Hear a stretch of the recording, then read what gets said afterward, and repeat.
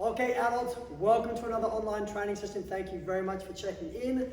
What we're going to be covering in today's session is some good boxing drills, maybe something new in there for you as well, but also focusing on some of the more basic techniques to make sure that at home while you're training that you can be very particular and specific with what we're trying to achieve with those basic techniques. We'll see you in the next video. Okay everybody, so we're going to begin the class with a horse riding stance middle section punch. Now, I know when I'm taking the adults class we might have 18, 22 people in the room, and it's not always easy for me to get around and critique everybody's stance, but during this video I'm going to show you exactly what's expected to form a horse riding stance or the middle section punches that go with it, and what the structure of the stance should look like. Okay, so we'll begin the class with a bow. Then we go to ready position. Now with a horse riding stance, what I'm going to first do is get my hands in position for the punch. So I take my left hand and put it upside down on my belt, and my right hand sits above it, like I'm holding a tennis ball here, or a beach ball, and my fists are closed. As I do this, my left shoulder will retract just slightly. I don't want to pull all the way back here because I don't want to upset my posture, but I do want to let the shoulder come back just enough to load up the punch. As I step out with my left foot, that's when the left hand lands, and it should be in line with the middle of my body, or the label of my uniform or my solar plexus. Okay, let's have a look at the feet and the knees, that structure, before we go to the upper body. So what we're trying to do here is bring our feet about double shoulder width. Okay, so if you're shorter or smaller, your stance will be a little bit more narrow. If you're taller, I mean, I'm nearly 6 foot, so my stance is probably somewhere like a meter wide. What I'm trying to do is do 2 shoulder width wide.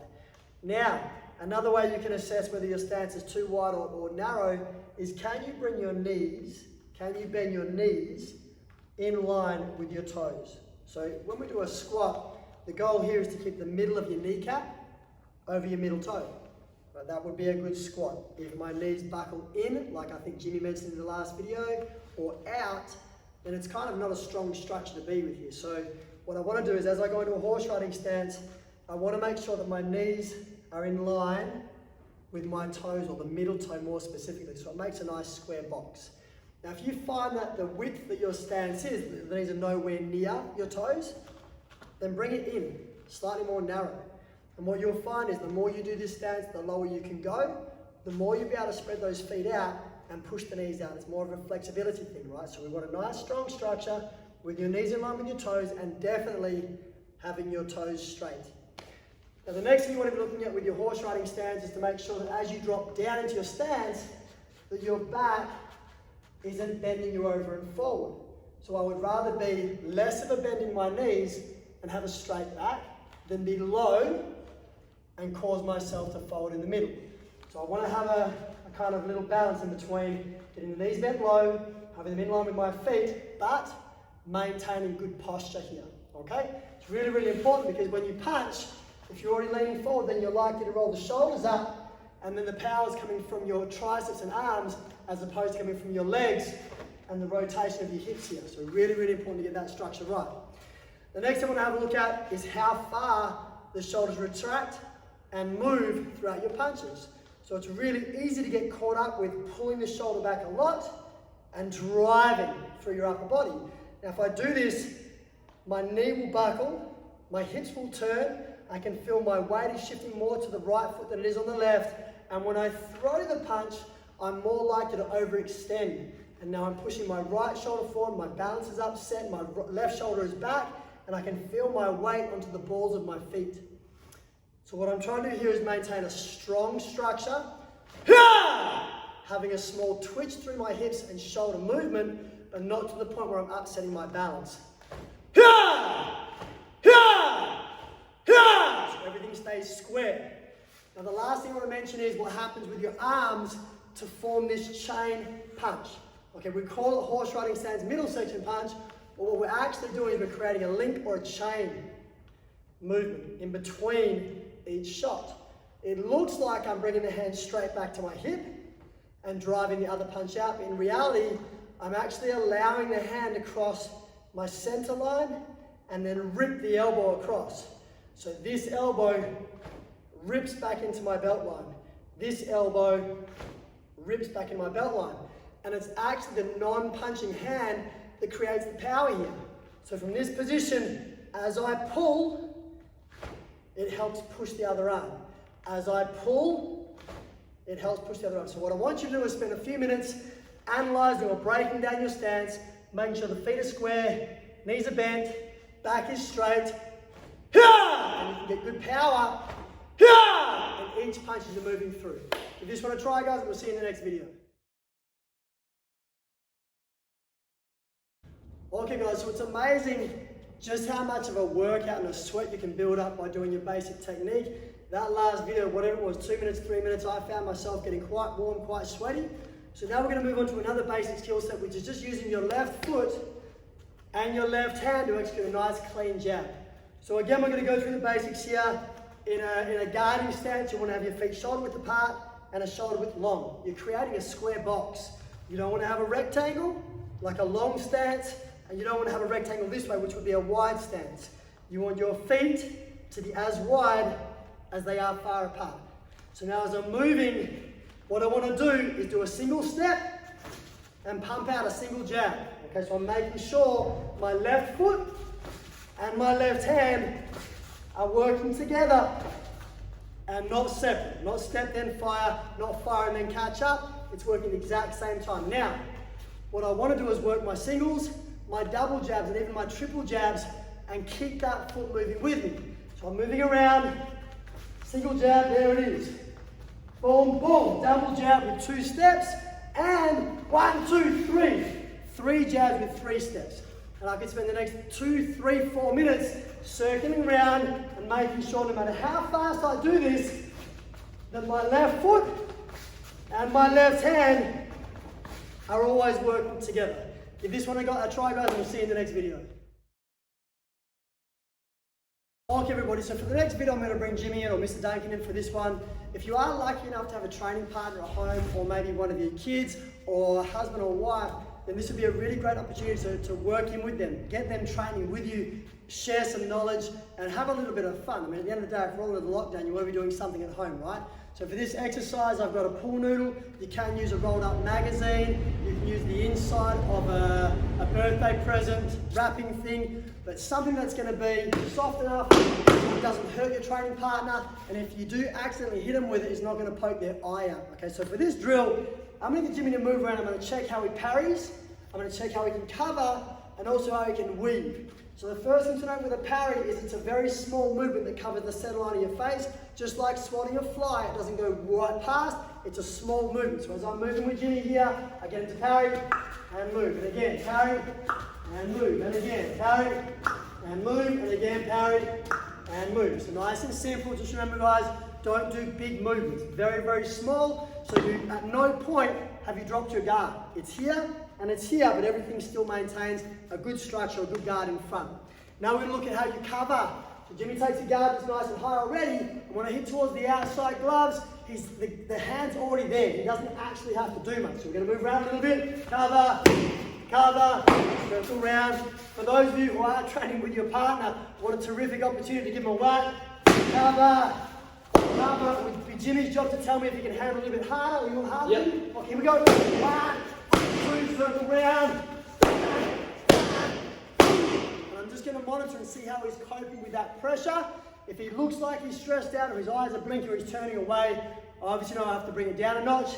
And the last thing we're going to do is a weave. So for this exercise, it's more important to do it slowly and get the knees bending. Okay, really, really important. So if I swing with my right hand, Jimmy goes down and away, and underneath the other side, and down and away, and under the other side. So in other words, you go with the strike, down, and reverse off the other side. If you go with this way into it, you're going to get hit early. So as it comes, you go with it, down, and pop up under the other side. We'll do it slowly again, maybe on 45, Jimmy. You go with it, down and around. It's a real small, nifty little movement. With it, down and around, with it, down and around. Now, if you're feeling comfortable and you're tying it together nicely, you can incorporate the whole drill. So we're looking at, I move around, Jimmy's going to parry.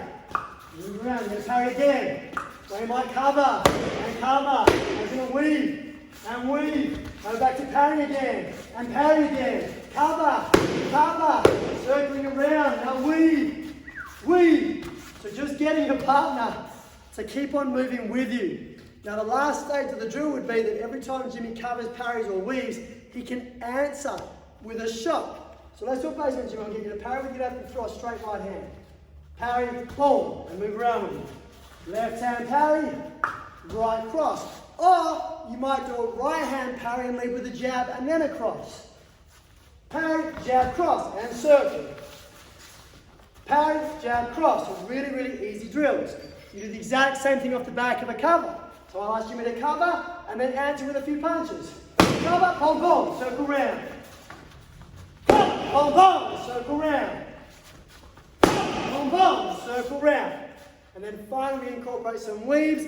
Just a note on a weave, guys, whatever you load up on, if you circle to your right, you want to fire your right after that. If you circle to your left, you want to be using your left hand after. So we'll do a slow one. Then you're going to circle round. Boom! Left hand lead. You're going to circle the other way. Boom! Right hand lead. You circle the other way again. Boom! Left hand lead. Circle again. Boom! And right hand lead. If you're happy with those exercises, guys, and you want to challenge yourself, then the next phase would be start smacking your partner around, let them answer, and have a little bit of a sparring round with it. It's a great fun drill, guys. Just make sure you look after each other.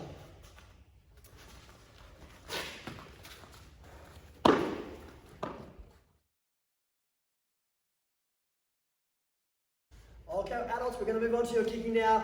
Now, I'm not sure what your setup is like at home. I know that some of you have got the pads down or mats on the floor. You've got a training partner, you've got a holder, you've got the whole lot, which is terrific. However you decide to train this drill, I want you to be really, really careful. Make sure you're on an even surface. If you've got tiles, be very, very careful. If you're on your grass at home, if it's not even, be careful. I think that carpet is probably the best training surface, but it's totally up to you. I'm just putting it out there. Please be careful with the drills.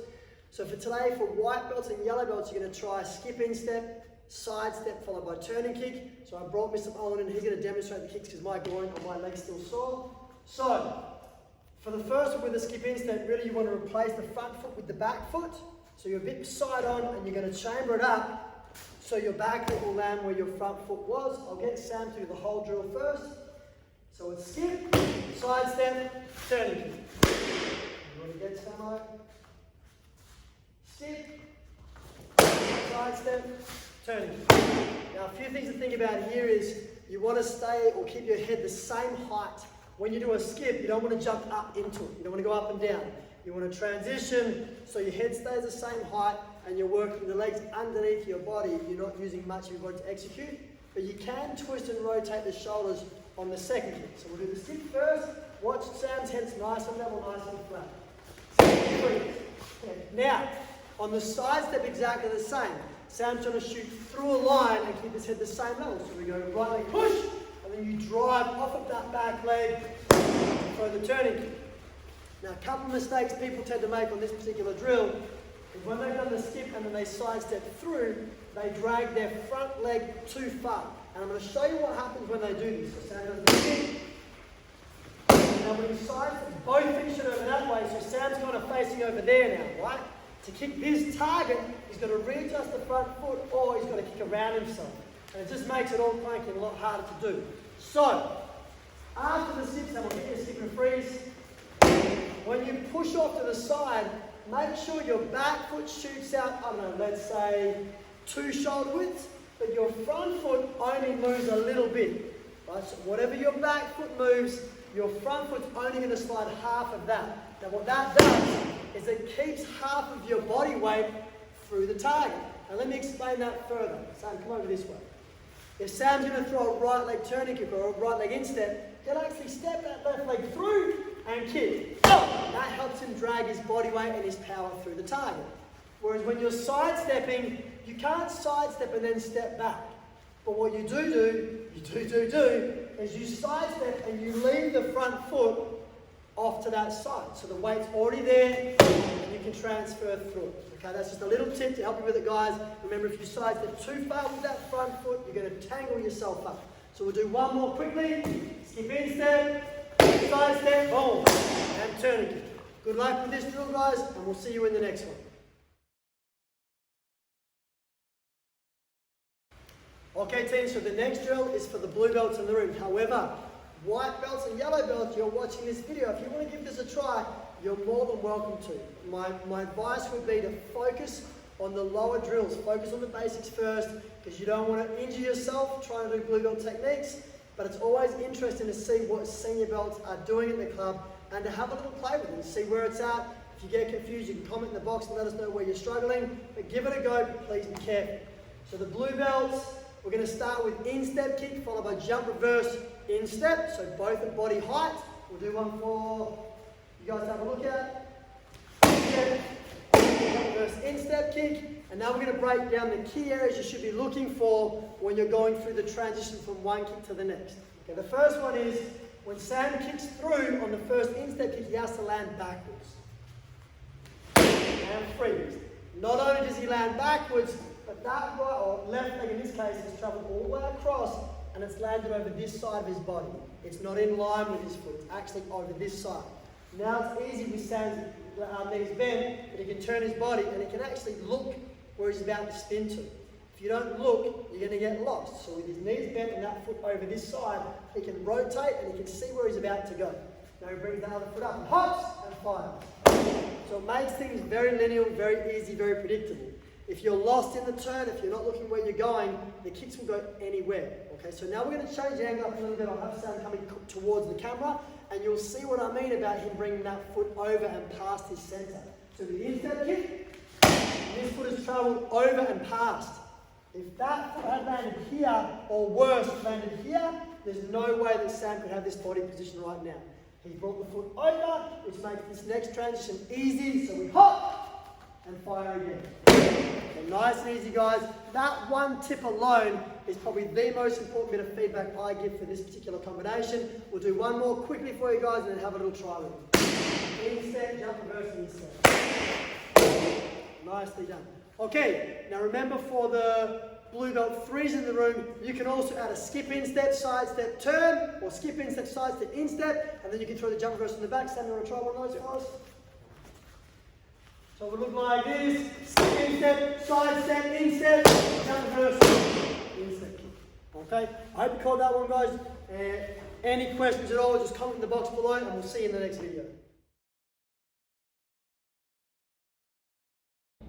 Okay team, so the last kick we're going to focus on today is called Momdolio Chagi, or spinning kick. Again, I'm going to bring Mr. Molden for this video, and for whites, yellows and blue belts, if you do want to try this kick and you've never done it before, please be very careful. It would pay to have a training partner with you or someone that can supervise, and making sure whatever training surface you're working with, your foot's not going to stick or you're not at risk of falling over and hitting your head on the coffee table. So please be careful, make note of your surroundings.